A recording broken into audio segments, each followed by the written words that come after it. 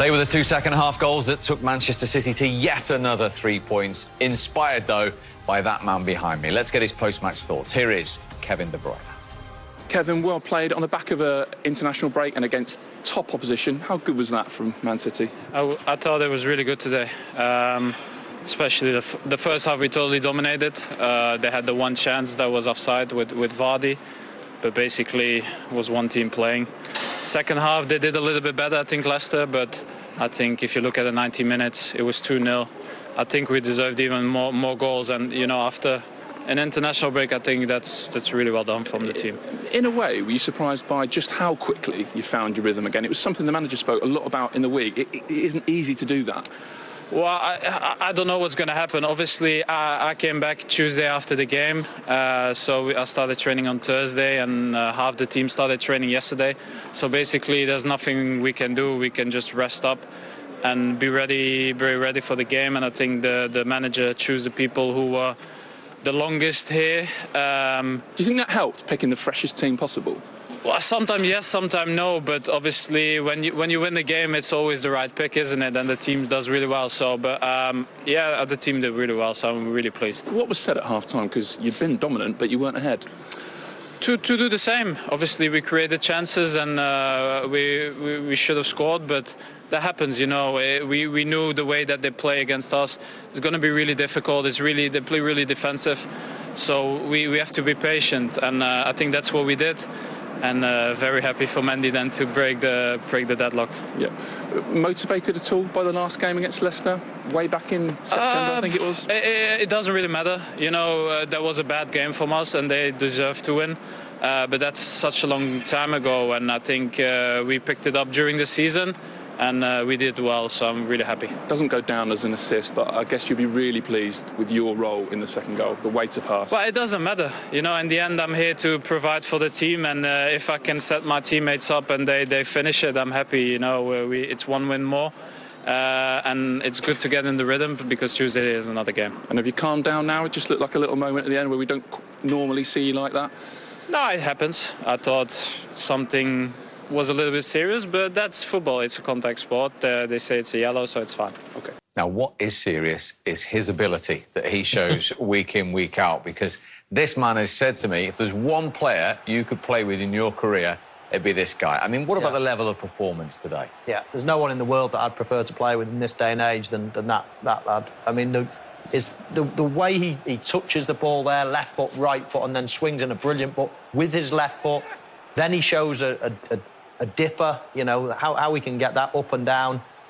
I want everyone to watch, though, the weight of every ball. It's everything. The key is in the weight of the pass. And what he does is he risks his own, you know, the ball actually getting to the destination himself. He doesn't just blast it at someone and says, right, I've done my job, now how good's your touch? He actually does everything for them. He puts it exactly, so nobody needs to take a touch.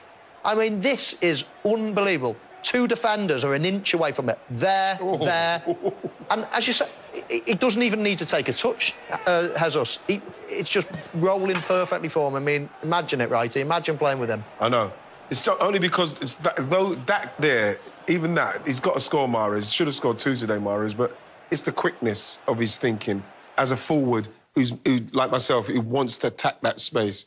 He is easily the best you'd want to play with because he, like he said, he doesn't care about anything. He just wants to create stuff for his teammates to score. That's music to my ears, because he doesn't get it wrong very often. Let's have a look at that pass for 2-0 again. Yeah. Because how sublime is this, right? Because it's the weight, and the thing is, it's very natural to him. We'd probably say, we're to like, look at that, both of them, inches, and we're saying that is just magnificent. A lot of players cannot do that, and he does that as second nature. He makes sure that it's in the right... Like, when you look at Jesus, not only is he taken 2 players out, but it's perfect on the right side of Jesus. And, you know, it's what top draw. When people say about world class and top draw, that's the difference. It's like a Gaza.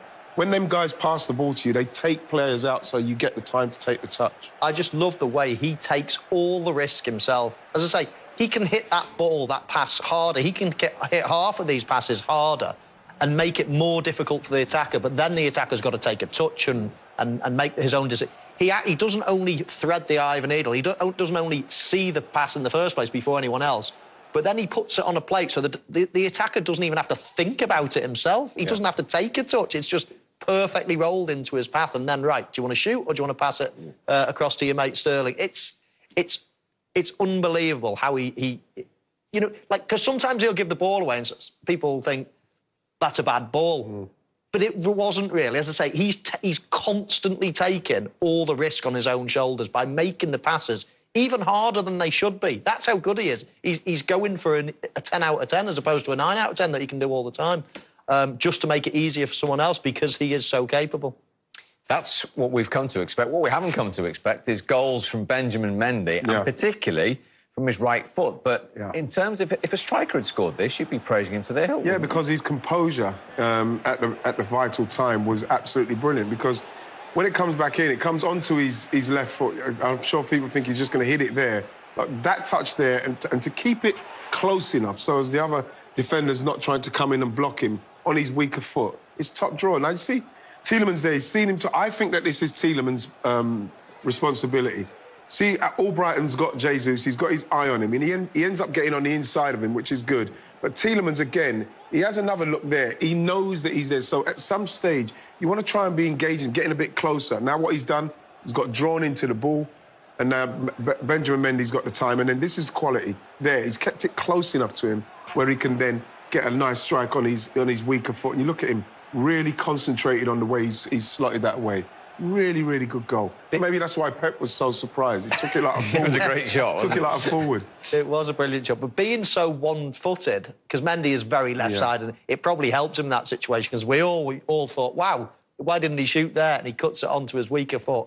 And as I say, probably that surprise element that got him the goal, but it was a lovely finish. Indeed it was. So the latest manager to be beaten by that standard of football today is the Leicester boss, Bruyne Rodgers. Well, Brendan, against the very best, what did you make of your team's performance?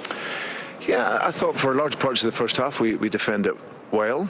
I felt there was a little bit of tiredness in our game technically. You know, like so Wolf, and who I thought was excellent in the game, but with lots of the international players coming back and and only getting together on the Friday, I thought that technically we probably weren't as good as what we were last week or a couple of weeks ago when we played.